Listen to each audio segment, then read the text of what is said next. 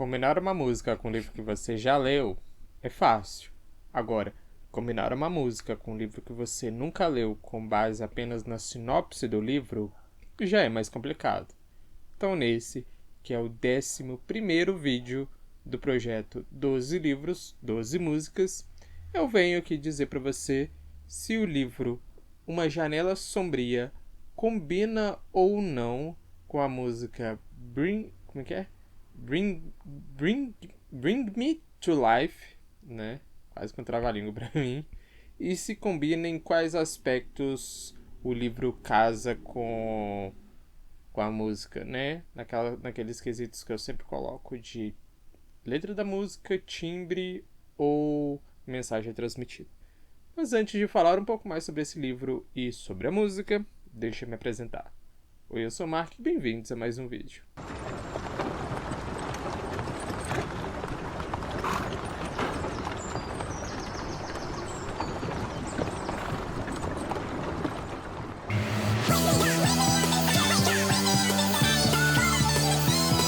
Bring Me to Life, acho que é assim que pronuncia, tá quase com um trava-língua pra mim que eu sempre pronuncio errado.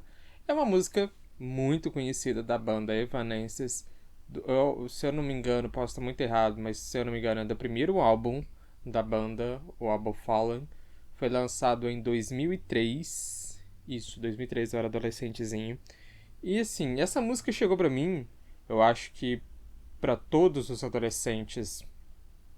Não entreguei muito minha idade, nem falo que era adolescente em 2003. Foi há 84 anos. Mas sim, né?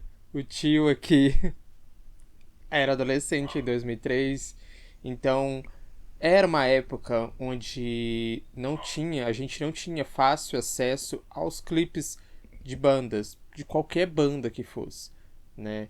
A época do DVD, antigo DVD. Então, ter um canal na TV aberta onde só passava clipe de música era o auge, né? Então, eu lembro que nessa época, a primeira vez que eu tive contato com essa música, eu, assim, sem pretensão, nunca nem ouvi falar de Evanescence. Eu vi na antiga, aqui em BH chamava, tinha a MTV, mas também tinha Mix FM.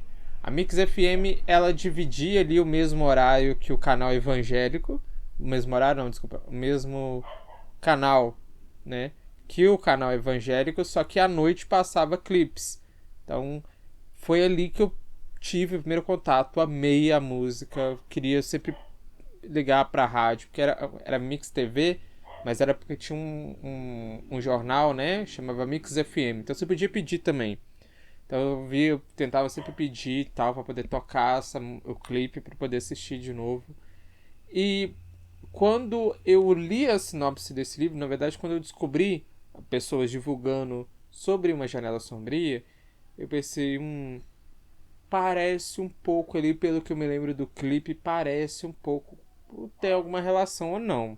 Então nisso eu peguei o livro para ler, para tirar essa conclusão, para saber se combina ou não com a música.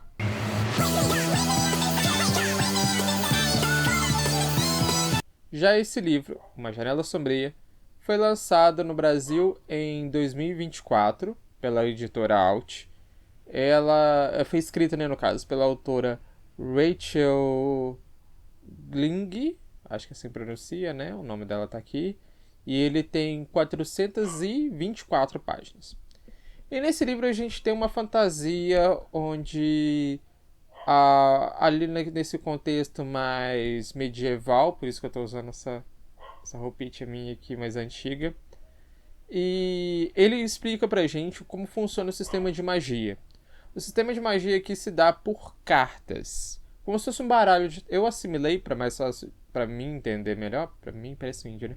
Para eu entender melhor, né? Com um baralho de tarô. Porque tem várias cartas, cada carta com poder diferente. E primeiro, na verdade, conta sobre como surgiu essas cartas. Então a gente tem um antigo rei, chamado de Rei Pastor, que fez um acordo com a Alma do Bosque, uma entidade mágica que as pessoas levavam oferendas, levavam sacrifícios para essa tal alma do bosque, pedindo alguma dádiva, alguma coisa. O rei, um tanto quanto ambicioso, acho que eu posso colocar assim, né? Foi lá e fez um acordo, um pedido para a alma do bosque, para ele poder, para mais pessoas terem acesso à magia, né? E a alma falou com ele assim, beleza, só que você vai ter que me dar algo em troca. Para cada carta, você vai ter que me dar algo em troca. Ah, se fudeu! E nisso, eu vou ler aqui para vocês, porque assim, são 12 tipos de cartas diferentes. E como a alma do bosque deixou bem claro para o rei pastor, e nisso ele também escreveu um livro, né, deixando todas essas informações para as futuras gerações sobre as cartas, porque toda carta ela tem um poder, uma magia ali, beleza, só que ao mesmo tempo fala que se a pessoa usá-la demais, a magia começa a cobrar o seu preço, vamos colocar assim. Então, dos 12 tipos, não são 12 cartas só, são mais de, eu acho que 80 e poucas cartas, não sei. Eu tô jogando 80 e pouco porque eu tô jogando pro baralho de tarô, mas eu não lembro quantas cartas são no livro, não. Mas assim, deixa eu ver se aqui atrás fala. Não fala de quantidade, não. Mas são 12 tipos. Então eu vou ler pra vocês aqui, que eu fiz a listinha de cada um dos tipos. Então a gente tem o cavalo preto, que no caso concede à pessoa a habilidade de mestre em combate, mas causa enfraquecimento ao longo prazo. Tem o ovo dourado, que dá muita riqueza, mas cobra uma ganância destrutiva. A carta do profeta, que dá a visão do futuro para a pessoa, mas impede ela de mudar o destino. Tem a carta da águia branca, que dá coragem, mas cobra medo. É que além de burra e desatualizada, você é branca. Mas cobra medo e... como é que é? Não, cobra o medo aterrorizante. Eu agarrei. Tem a carta da donzela, essa é muito usada. Ela concede beleza, mas com o tempo endurece o coração da pessoa. Ela se torna uma pessoa fria, né? Tem a carta do cálice, que transforma qualquer líquido em um soro da verdade. Mas se a pessoa resistir ou usar demais, essa pessoa pode, o soro acaba se tornando um veneno. Tem a carta do poço, que consegue o discernimento para identificar inimigos, mas causa traição por um deles.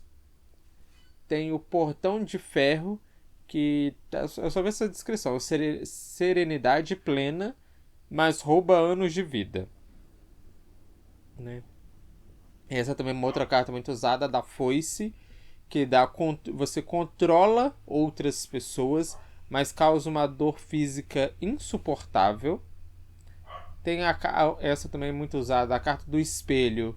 Ela te deixa invisível, mas com o tempo você começa a ver fantasmas. O véu entre os mundos começa a se dissipar para você. A carta do pesadelo, que a pessoa concede à pessoa comunicação mental, mas revela o seu medo mais profundo. E a última, a do como é que é?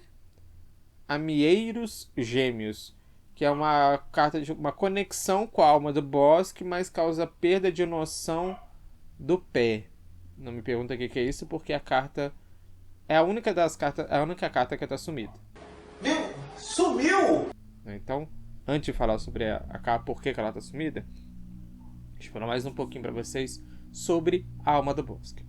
A alma do bosque, ela vai e faz esse acordo com o rei pastor e tudo mais, só que como ela vê que as pessoas pararam de recorrer a ela, meio que num modo de vingança, vamos colocar assim, pelo menos é o que eu dito nesse primeiro volume, né? Ela constrói a bruma.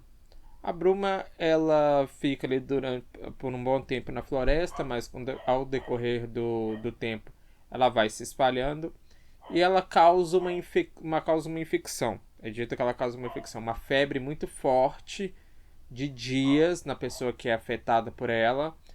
E depois disso a pessoa consegue ter um pouquinho de magia própria. Só que, claro, como toda magia tem o seu preço, cobra o seu preço, a pessoa acaba sofrendo uma degeneração. Essa degeneração varia de pessoa para pessoa, então pode ser tanto uma degeneração física quanto mental, né? E aqui no caso a nossa personagem principal, a Elspeth, né? Ela foi infectada quando criança. O pai dela, para proteger ela, mandou ela para morar com os tios numa cidade muito longe, porque o rei caça toda criança, porque isso pega mais em criança, né? Mas o rei caça todas as crianças que são afetadas por magia e mata elas. Bom, nem todas ele mata, né? Mas querendo ou não, acho que um destino pior do que a morte é ser capturado pelos corcéis. Aí tem, no caso, os clínicos e os corcéis, na verdade, né? Os corcéis, eles são chamados, são tipo a guarda real. Eles são chamados corcéis porque eles usam essa carta do cavalo preto, né? E tem os clínicos que são uma espécie de médicos, né? Vamos colocar assim. Deixa eu ver aqui mais alguma outra informação para eu não esquecer. Ah, tá. E no caso da nossa protagonista, a Elspeth, ela acaba se infectando e tal. E o pai dela, por ser um corcel muito já meio que aposentado, vamos colocar assim, né? Então ele sabe o que o rei pode fazer com a filha, então ele manda a filha para longe e tudo mais. E nisso a Elspeth acaba encontrando a carta do tio dela. O tio tinha uma carta, a carta do pesadelo, e ela, por achar muito estranho a carta e tal, querer sentir alguma coisa na carta, ela vai e toca na carta. Ao tocar a carta, ela absorve o pesadelo. Então, meio que por 11 anos, né, até o decorrer da nossa história aqui, ela tem o ser pesadelo, a alma do pesadelo, na cabeça dela. E ele conversa com ela. E ele ajuda ela. E ele... Mas ainda assim, ele ajudando ela, tem a degeneração. Então ele cobra... Não que ele vá cobrar porque ele não quer cobrar, mas é o preço que ela paga. Então é bem tranquilo, é bem bom essa parte do livro. Asmei. E no caso, como todo livro de romance, né? Então, de romantasia, né? Eu acho que seria uma romantasia gótica, mais ou menos, né? Então tem a questão do par romântico, né? Da Elspeth com o Ryan. Não, como é que é? Ravin, eu acho que é assim que pronuncia. Não é Ryan, não, é Ravin. Então tem o par romântico, tem cenas de ação, tem... Eles chamam de lesa... Como é que é? Lesa, não é lesa, porque tem um crime no caso, que é lesa pátria, né? Aqui eles falam lesa... Lesa coroa, lesa alteza, alguma coisa assim, né? Isso daí é interessante, isso é bom, a história é fluida e tal. Só que assim, tem uma coisinha nesse livro que eu não gostei, que é sobre as cartas. Que é justamente quando é falado o capítulo não, desculpa, a parte 1 inteira é sobre as cartas. E eu acho que dá pra ver aqui, ó, pela lombada, né, daqui pra cá, tá? Porque a lombada tá pra cá, né, então daqui pra cá. Que tem muita página falando sobre essa coisa de cartas e tudo mais.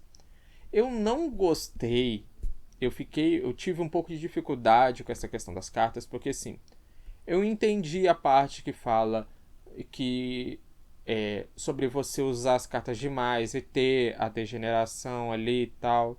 Entendi que você tem que dar 3 toques na carta para ela poder funcionar e depois dar 3 toques nela de novo para ela parar de funcionar. Que tem cada tipo, que não é só uma carta de cada tipo, que por exemplo a carta da donzela eu acho que deve ter umas 4 mais ou menos. A dos ameieiros gêmeos só tem uma, como eu disse, ela tá perdida. Eu entendi que eles estão tentando buscar juntar todas as 12 cartas para poder banir a bruma da cidade e tudo mais. Isso tudo eu entendi. Só que essa lista que eu falei para vocês do que cada carta faz e o que ela causa né, a longo prazo, vamos colocar assim, eu tive que buscar na internet. Porque no livro em si não fala diretamente, né? Eu falo que assim, por exemplo, vou dar um exemplo para vocês. A carta da donzela. A carta da donzela, ela concede beleza. Beleza. Então, quando ela é usada no livro, quando ela é descrita no livro, né? Ela diz tanto o que ela causa, como ela causa, o que ela faz e a questão da degeneração. Beleza. Agora, quando foi falar, por exemplo, a carta foi do portão? Do portão de ferro. Eu fiquei assim, até na hora daqui de ler pra vocês, serenidade plena. Eu particularmente, pela cena de ação, eu tava achando que o efeito do portão de ferro era o efeito do poço, que é de discernimento dos inimigos, para identificar inimigos, né? Eu confundi uma com a outra. Eu confundi o efeito, eu confundi tudo, até na hora de falar, tô confundindo. Porque não é bem esqueleto. Esqueleto é ótimo, deu uma cebolinha. Não é bem descrito. Eu vi assim, a descrição mais pra frente, depois de já ter passado as cenas e tudo mais, beleza. Mas eu senti que faltou essa descrição ali. Por isso que eu tô falando pra vocês que eu tive que buscar na internet pra poder entender. Porque eu não tava entendendo ali na hora, tudo bem, apareceu mais pra frente, mas pra mim é tete a tete, eu preciso de ter informação ali. Mas, em compensação, a parte 2 é muito boa, tem um mistério muito... Foi dado algumas informações aqui que pra mim desembocou bem a história. E a terceira é muito louco, como termina no terceiro, dá muita vontade de ler a continuação, sabe? É muito instigante, eu acho que é a palavra mais certa. Você não viu nada? Não viu nada, meu amor! Ah, e só mais uma informação, que eu tô até lendo ali no roteiro para não esquecer. Pelo final, isso aqui na verdade, Uma Janela Sombria, aqui tem o número 1, ó, próxima da tela. Na verdade é uma duologia. Eu não lembro qual que é o nome do 2. Eu achei que eu tinha colocado no roteiro, por isso que eu parei pra ler, mas não coloquei. Mas pelo modo em que a parte 2 e a parte 3, o final da parte 2 e a parte 3 toda desse livro aqui, termina, eu vejo sentido, vejo como que vai desenrolar o final, né, a duologia. Então, altas expectativas aí sobre como vai ser essa narração. Acho que chama Coroas Retorcidas. Acho que é isso mesmo, Coroas Retorcidas, né? Mas vamos ver. Um dia, quem sabe eu leio, eu trago aqui o resenha pro canal. Porque por enquanto não tô tão animado assim não. Essa questão das cartas me deixou um pouco... né? Apesar do que o final ficou muito bom. Eu tô me dando essa ideologia também. Claro que não! Claro que sim! Claro que não! Claro que sim! Claro que não! Você sabia que eu tenho uma lojinha de desapego de livros na Shopee? Pois é. Entre vários livros de romance, LGBT, fantasia, ficção e até livros clássicos, todos com ótimos preços e todos, inclusive, com ótimas avaliações. Recomendo você a dar uma passadinha na minha lojinha da Shopee. Eu vou deixar o link aqui na descrição do vídeo e, quem sabe, por que não, você possa, quem sabe, né, estar adquirindo algum livro diretamente comigo. Te aguardo lá. Voltamos então para a programação normal.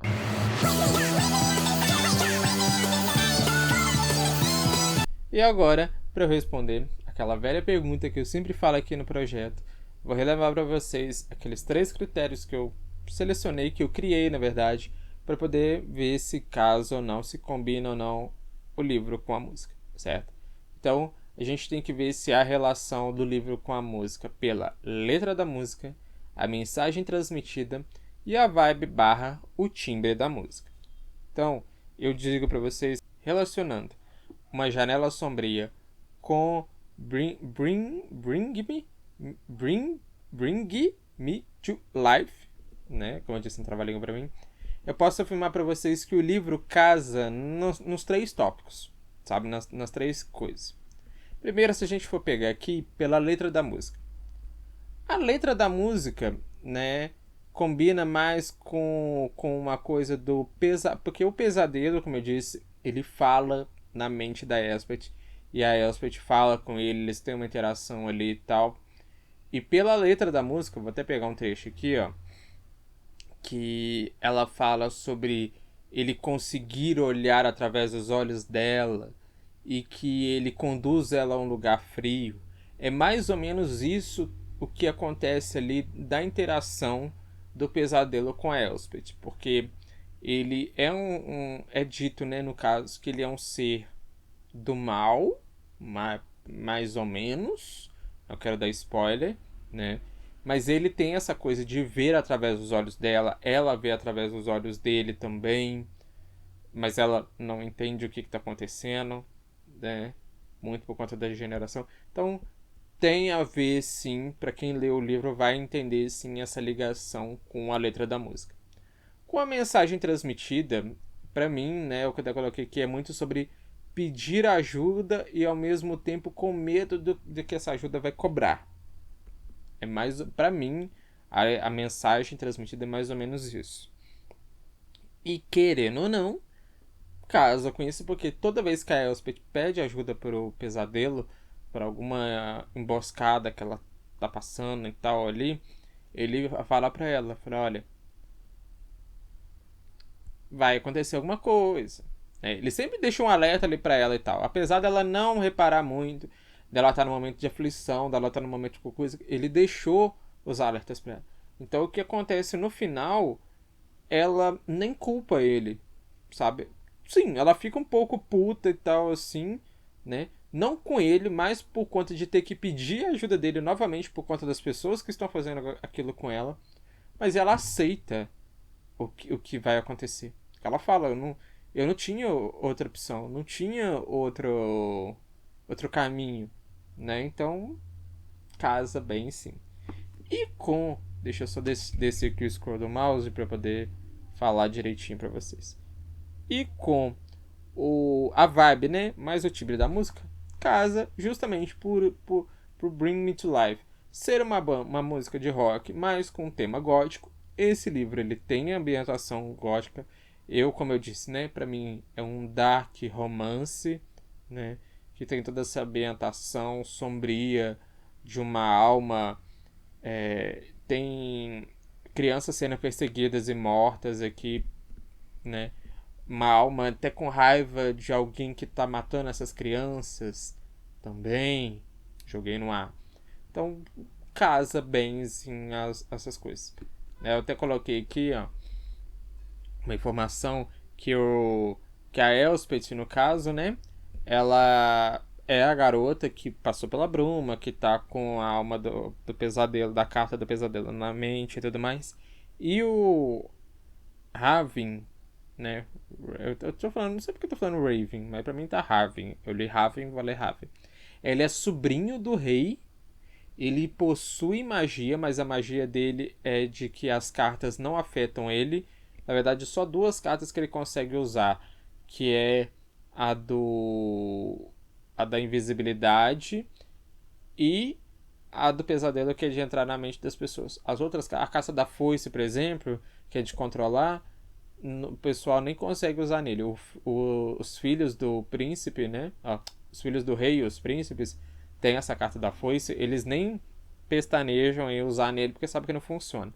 Então ele tem magia, o rei, o tio, né, no caso, não executou o sobrinho, não coisou o sobrinho, e em contrapartida ele colocou o sobrinho para trabalhar como capitão da guarda dos corcéis. É tipo assim, meio que o chefe da guarda do exército do rei, vamos colocar assim, né? Então, só aí você já vê como é que é a vibe do livro, que casa bem com a vibe da música também. Então, no final, como eu disse, Uma Janela Sombria é um livro bom, né? Ele mistura essa questão de cartas de tarô com romance, intriga, briga por poder e tudo mais, mas que para mim, particularmente, essa questão da falta de descrição das cartas e tal, me pegou ali, me atrapalhou um pouquinho. Mas só por conta disso que eu finalizei esse livro com 4 estrelas e meio. Se tivesse um pouquinho mais bem explicado essa questão das cartas, porque eu fiquei muito puto com isso, eu lembro disso que eu comentei até com o João, meu namorado, seria, se não fosse isso, seria 5 estrelas, né? E como eu disse pra vocês, tem a continuação, né? Mas talvez eu leia mais pra frente. Então tá. Então tá bom. Então tá. Então, se você quer ler um livro que combina com a letra, o timbre e a vibe, né? E a mensagem transmitida de Bring Me to Life, Uma Janela Sombria, sem sombra de dúvidas, é uma ótima pedida, sabe? E caso você não queira fazer correlação, só leia já pega a duologia, o outro livro, e vai nessa, porque, como eu disse, é uma leitura fluida, uma leitura rápida, e eu tenho certeza de que todos os amantes de fantasia, principalmente de dark fantasia, vão gostar. Então, antes de finalizar o vídeo, deixa eu só dizer para vocês que esse é o penúltimo vídeo do Projeto 1212. Então, eu agora vou ouvir a última música desse projeto. Já agradeço a vocês por estarem me acompanhando aqui nesse projeto. Digo para vocês que eu estou amando e tenho certeza que eu vou fechar e... Não sei se eu vou fechar com uma chave de ouro, porque eu não faço nem ideia como é que vai ser a combinação. Mas tenho certeza, tenho esperança, eu acho que é a palavra mais certa, de que eu vou fechar esse projeto com chave de ouro. Ou se não for uma chave de ouro, como é que seja uma chave de bronze, né? Mas não de latão, assim eu espero, né? Mas eu admito que foi um desafio muito grande para mim relacionar, fazer essas combinações e tal, e eu tô gostando bastante, né? Digo isso e vou reforçar depois que eu terminar de ler o último livro e ver qual foi a conclusão final, certo? Então, tendo dito isso, eu vou ficando por aqui e eu vejo vocês na próxima. Tchau, tchau, gente.